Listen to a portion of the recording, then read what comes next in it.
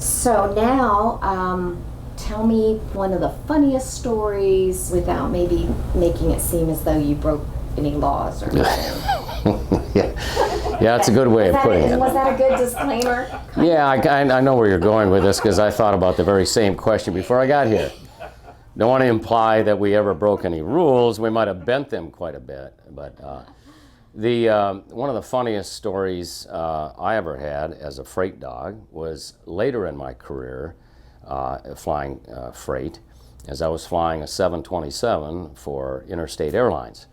We were contracted to Emory Air Freight, and we flew scheduled night freight runs to the hub in Dayton, Ohio, which was their hub, and this would have been in 1982. So we would typically take off in the evening at about 9 o'clock, and we would fly from Philadelphia to Buffalo, Buffalo to Cleveland, and then Cleveland to Dayton, Ohio, which was the hub. We were taking off one night in Philadelphia, and I was a captain, and we're rolling down the runway, and it's dark, and you have minimal lighting in the cockpit, and so we're rolling down the runway about 100 knots, I guess. We're rolling down the runway, and I thought I saw something go by my leg, my right leg, out of my peripheral vision. Of course, my eyes are focused on making the takeoff. I'm looking on the runway, but I saw something that went by my leg, and I thought, I can't be seeing something in the airplane. But anyway, nevertheless, we got down to V1 and then VR, which is rotate speed, probably somewhere in the neighborhood of 140 knots. And I start to rotate the airplane. I'm climbing out, and we get the gear up, we're accelerating. And on the 727, you have a three-man crew. You have a first officer and a flight engineer. The guy that was flying with me, Dick Bongard, was an older man, very, very good flight engineer, but he's back there on the panel riding side saddle, as we call it. Well, I tell him, hey, Dick, something went by my foot, and so, I don't know what it was. Something rolled back there to take a look, and so he turns the lights up, and it was a laboratory mouse. It was a white mouse that had run by our feet, and he gets up, and I can hear him going, and he stamps this thing and kills it against the circuit breaker panel. So now we're climbing out, and I'm going, good God, what is a mouse doing in the cockpit? So now we climbed out, and we determined that, see, we used to fly pallets full of laboratory rats and mice. And when the guys from Emory would load them into the airplane, they were in these cardboard, cages, and there might be 50 or whatever laboratory mice or whatever, and you could see them in there. Well, sometimes they'd crush these containers they were in, and lo and behold, the mice or the rats would jump out, and God knows where they went in the airplane. Well, we thought, I hope this isn't a situation where there's maybe his buddies are floating around somewhere in the airplane. So later that night, lo and behold, another one came flying out of there. And sometimes we flew the same airplane. If you went into Dayton, you flew back to Philadelphia, and you went out the next night, Monday through Friday night. Later in the week, I had, in the same airplane, I think on a Wednesday night, I saw something else go on the left side of my we call our flight kit a brain bag. Okay, it was over here on the left side of the seat. And something went over there, and it was a laboratory rat.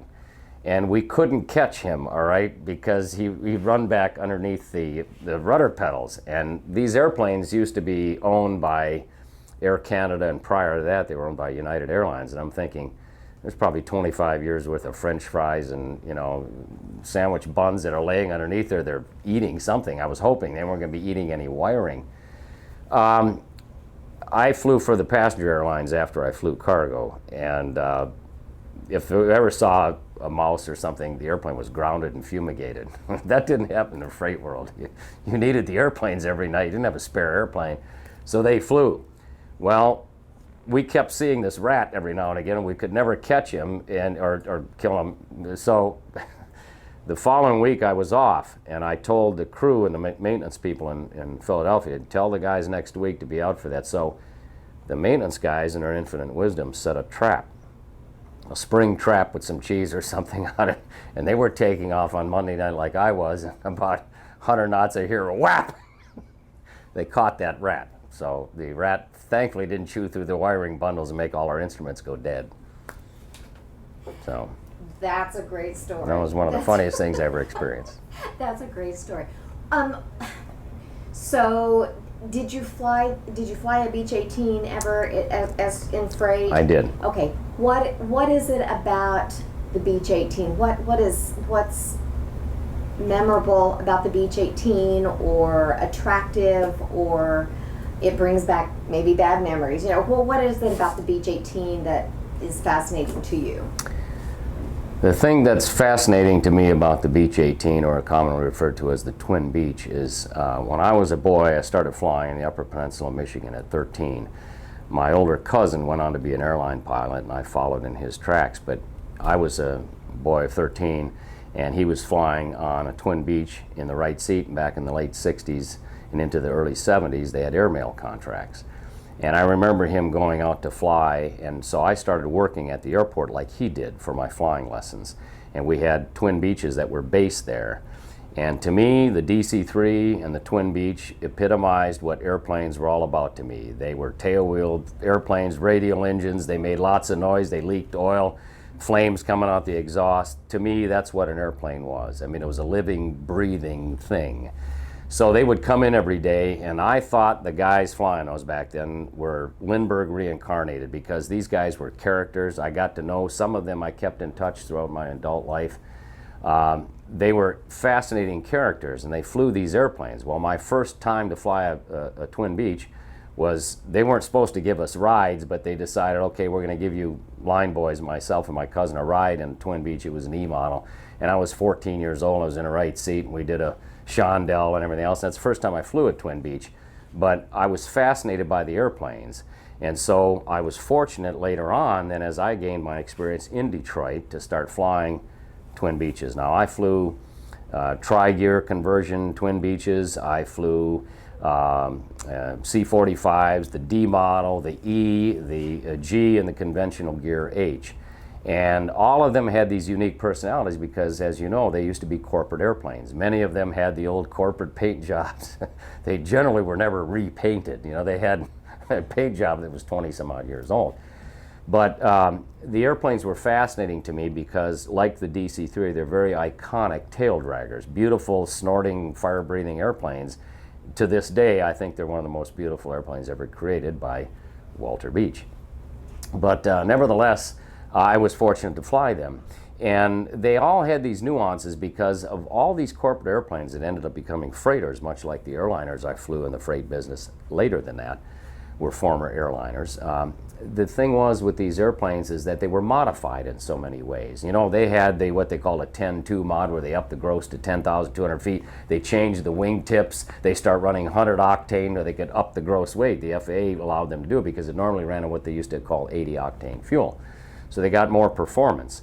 The airplanes were overloaded a lot of times. I carried everything from bumpers to dashboards to you name it, steering wheels. We carried all kinds of things.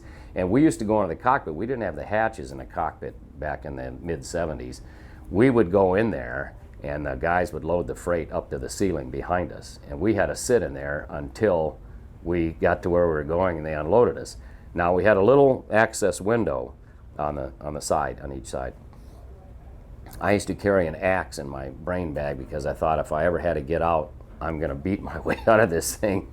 You just wouldn't get out. Now, later on, they converted and put hatches you could climb in.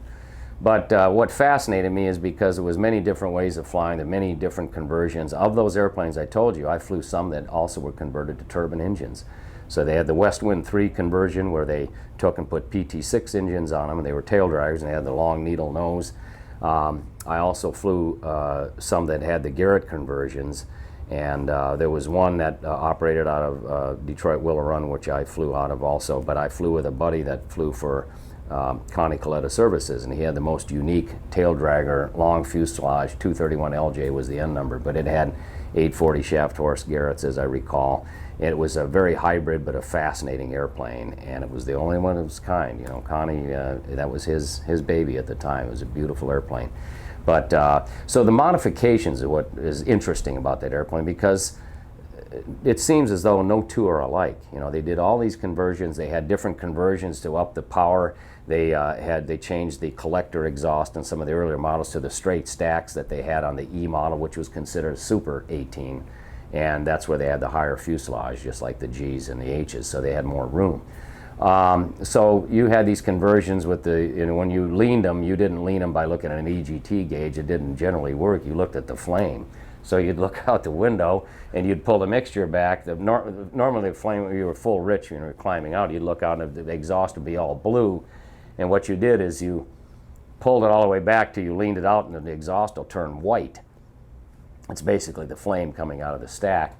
And then in order to put it at peak EGT, you made it till it was white, leaning it, and then you just put it rich a little bit, put a little bit of blue in the middle of the white, and now you were at the most efficient leaning for the mixture on that thing. So some of the modifications, they had the stacks going off the top of the cowling. Well, that was real easy. You just looked out the window. You could see the flame right there, but otherwise you had to look down and to see the flames come out of the engine. But extremely reliable. Those R985 engines that they put on the airplanes initially from the factory was probably the greatest radial engine ever built in the United States, other than the ones that were on the bigger airplanes. But fascinating, reliable. I knew guys, didn't happen to me, but they blew a cylinder and it went a hole right through the cowling, and it was flames. It was still making power. It was shooting, it blew the top of the cylinder right off. So the stories are legendary about the Twin Beach. It was a fascinating airplane. Perfect. That's it. I'm good. Good stories. Thank Really you. good stories. Yeah, Thank you. I love the mouse story. The rat. Mice and rats. Oh my gosh. I have no idea how many of them were in that damned airplane, but You wouldn't have. Dick Bongard did a good job killing that first one. He stomped it to death.